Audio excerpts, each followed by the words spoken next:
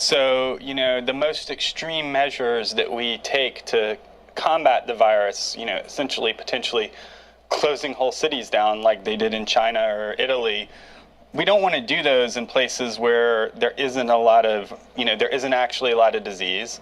And we don't want to wait till the hospitals are filling up with dead people to do those, because then it's sort of too late. So we want to, react in time. And that means we need testing, and that means we need to be testing with the right intention. I think there is still some inertia towards trying to test people who've traveled, et cetera, with the idea that we're going to go around those people and contain and, trace their contacts and try to find those chains of transmission. But I think we maybe need to rethink that, with the idea that what we really want is situational awareness about what's going on in the community and what silent outbreaks might be happening, so that we can respond accordingly in our public health measures. And in terms of people isolating themselves, Dr. Steve Goodman, if you can talk about what it means not to have a test, so you don't know, even if you've been exposed to someone who has tested positive, and also, isn't it true that these tests at this point, in most cases, take days to get results, although there are some that are now being developed that simply take hours, but what it means for people protecting the community? Well, as Justin said, people don't actually know what the threat is. They don't know how many people around them have the disease, and they don't know, obviously, whether they themselves have the disease if they have been exposed. So it's very, very difficult for either public health authorities to calibrate the response properly, as Justin just described, or individuals to calibrate their own actions.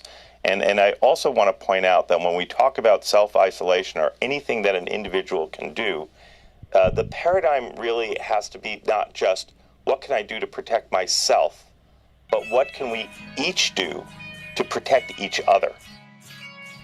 And now, it's time for a public service announcement from your friends at Occupy Your Mind. Worried about losing your mind, or perhaps you don't mind, feel compelled to conform, to do what everyone else is doing, think you need to do what the authority figures tell you to do, what the authorities tell you to do? Don't be afraid to think. Don't be afraid to think deep thoughts and ask deep questions. Don't be afraid to think for yourself. Question authority, question society, question yourself and everybody else. Occupy your mind. Occupy yourself.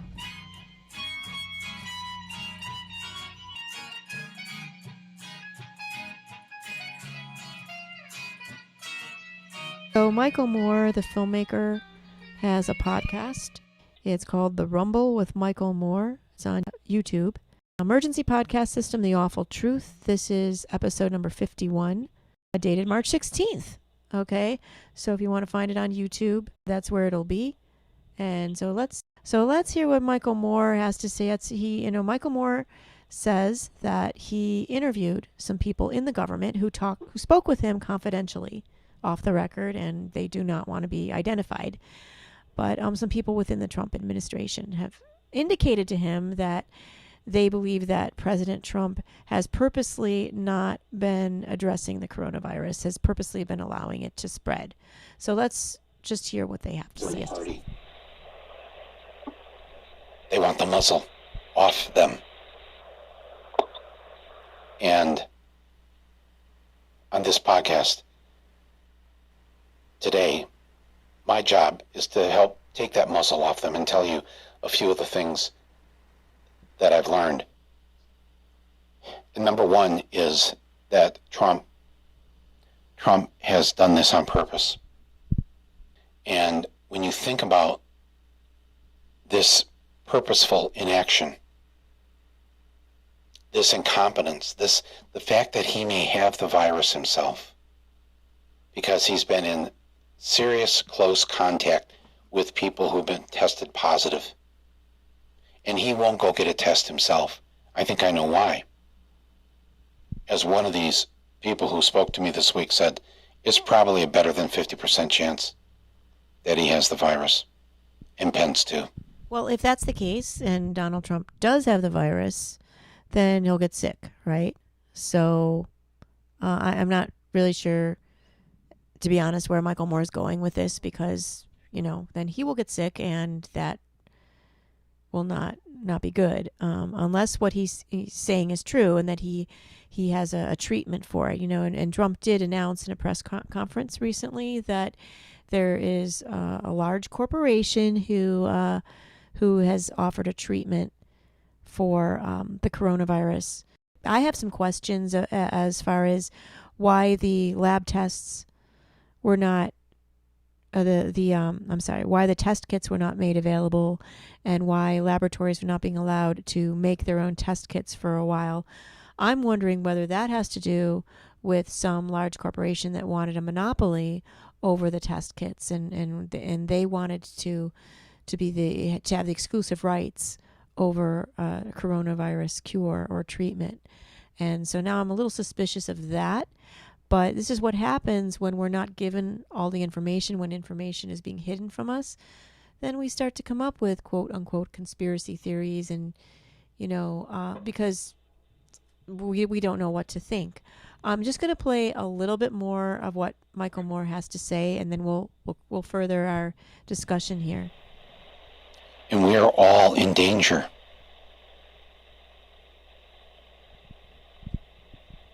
There's a possibility now that anywhere from 70 million to 150 million Americans are going to contract this virus now. That's how far it's spread.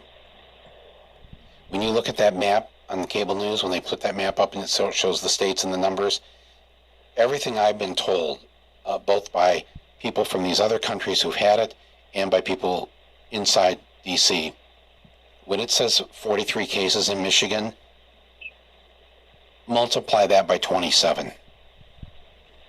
That's how many cases probably exist right now. Multiply it by 30. It's in the thousands.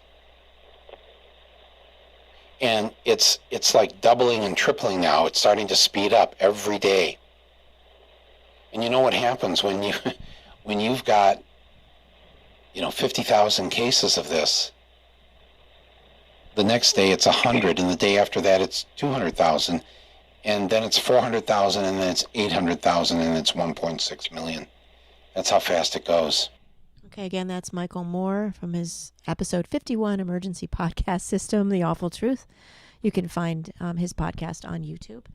And I just had a thought about this, and, some people, and again, there's a lot of conspiracy theories, a lot of gossip out there, a lot of speculation as to what's going on, which again happens when we aren't given all the information, when the government and our media is hiding information from us, we start to speculate on our own.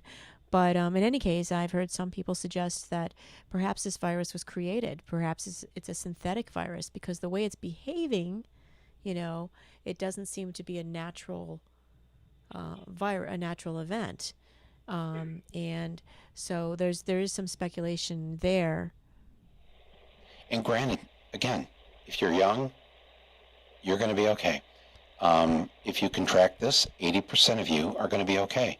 It's going to feel like the flu. Well, we don't know that necessarily. There are some young people who've died from this. 3 million people. What do we have? 75,000 ventilators? What did I read that? It's like we need 750,000 ventilators. There won't be enough machines.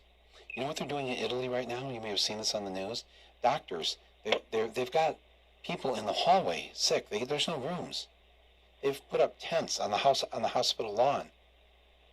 There's no Okay, Michael Moore says something interesting about our ability to make the test kits, and I agree with him on that. We should be able to do this. We've got some wealth in this country, so let's hear what he has to say about that. He said it's either that or does the FBI go over there and arrest him? All right, What do we do? He's sitting on all this. The tests aren't getting made. Do you know how long it would take to actually make millions of test kits? Nothing, no time whatsoever. When Pearl Harbor was bombed in 1941, I know this just from my own family there in Flint, they turned the General Motors factories, car factories, into factories building tanks and planes and all sorts of things. You know, the spark plug line there in Flint at AC Sparkplug was turned into an assembly line to make machine guns and bullets. And I mean, and they did this in a matter of weeks. Once they decided to convert these factories, it really took them no time. There was a Ford factory near Ypsilanti, Michigan, down near Ann Arbor. I only know this because of watching Ken Burns' series on World War II. I think it was a B-29, maybe it was a P-24 plane factory there in Ypsilanti. He said that they made a plane on this assembly line, this car assembly line. They made a fighter plane one every 61 minutes. They built a plane in 61 minutes. They were in these factories, and they were building a plane every 61 minutes. That's how fast shit can get done. That's the history of this country. Test kits? Test kits? Oh, we don't know. So he makes a really good point here that back during World War II, we were able to create planes that we needed. We were able to create what we needed. And I bring this up, and I'm playing this excerpt from Michael Moore's The Rumble and also from Democracy Now! Because it's answered some questions I've had. So the questions that I have had about this coronavirus: why is this virus taking over the United States? Why do we need to shut down the country? And why can't we handle this? I mean, this is just ridiculous. This is not a poor third world country. This is the United States of America. And we don't have the money or the resources to build enough test kits. And of course, in my area, there are no test kits. In the area where I live, the people who get sick, well, they're out of luck. We really can't test them. So it's a very strange phenomenon, and it really, something's very fishy about this. Something is rotten in Denmark. Something is going on. Are they doing this on purpose because they want to shut down the country? Is this something they're doing because they want to take away more of our civil liberties? They want us to get used to the government stepping in and saying you can't leave your house, you can't congregate, you can't talk to people. Is this a way of taking down all of our Bill of Rights, just like they took down the Fourth Amendment from us with the Patriot Act? I don't know. I mean, something's wrong. Something's wrong.